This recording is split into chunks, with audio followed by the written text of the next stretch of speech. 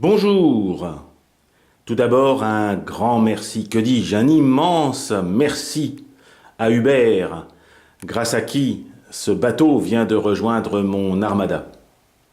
Comme vous le voyez, ce bateau est gris. Ce bateau était un TID, un TID.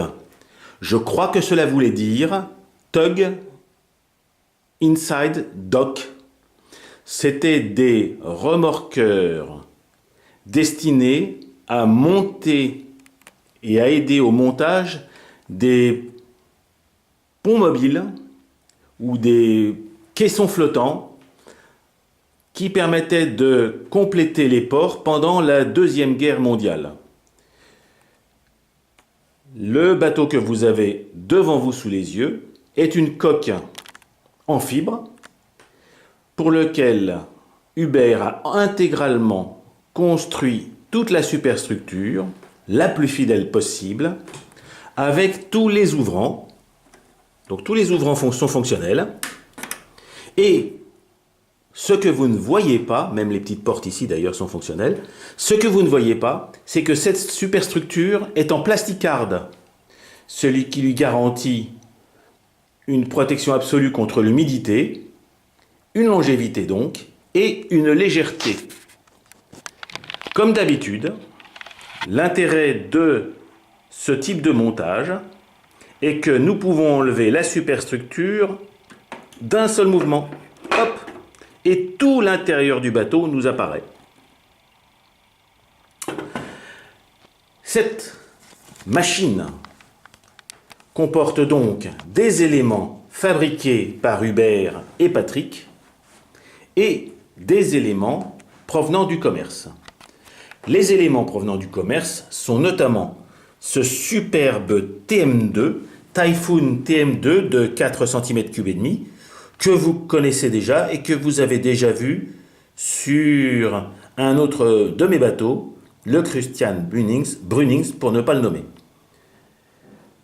Le deuxième élément acheté dans le commerce, le brûleur, et le troisième, le régulateur double membrane de chez Microcosme.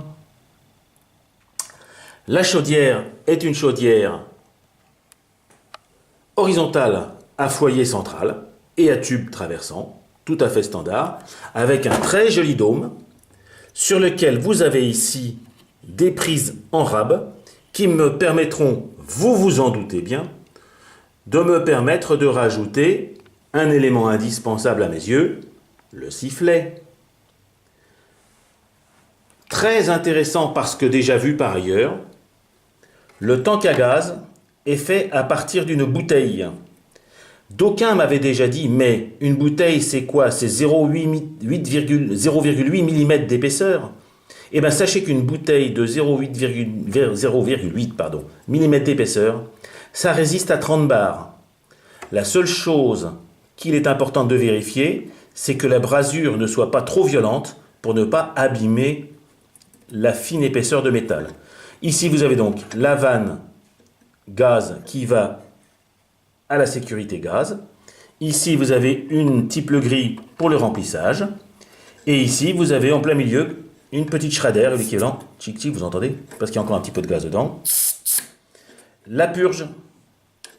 Alors, le désuileur, lui, est très original. C'est tout simplement une boîte ex-vernis sur laquelle il a percé un petit trou pour mettre l'échappement et un bon bouchon, hop, pour me permettre de le vidanger. Voilà, donc ce bateau est déjà totalement opérationnel. Je vais juste réinstaller une radio et la programmer. Vous constaterez encore une fois que nous avons ici un petit accu LiPo donc en 7 volts 2 avec son régulateur 5 volts positionné ici.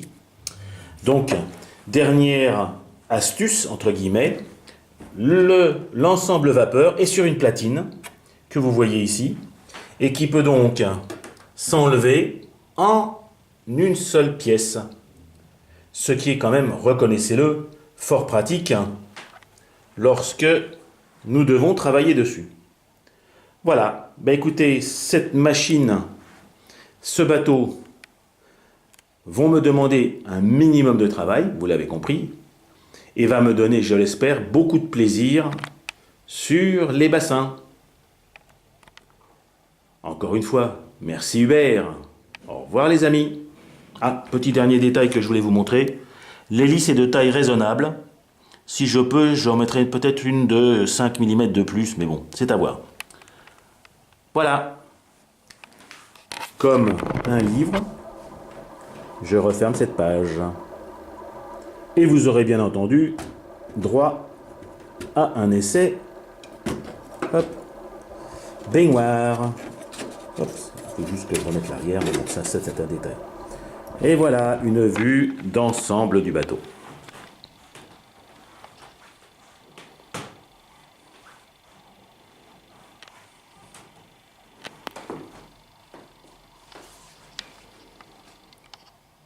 Au revoir les amis.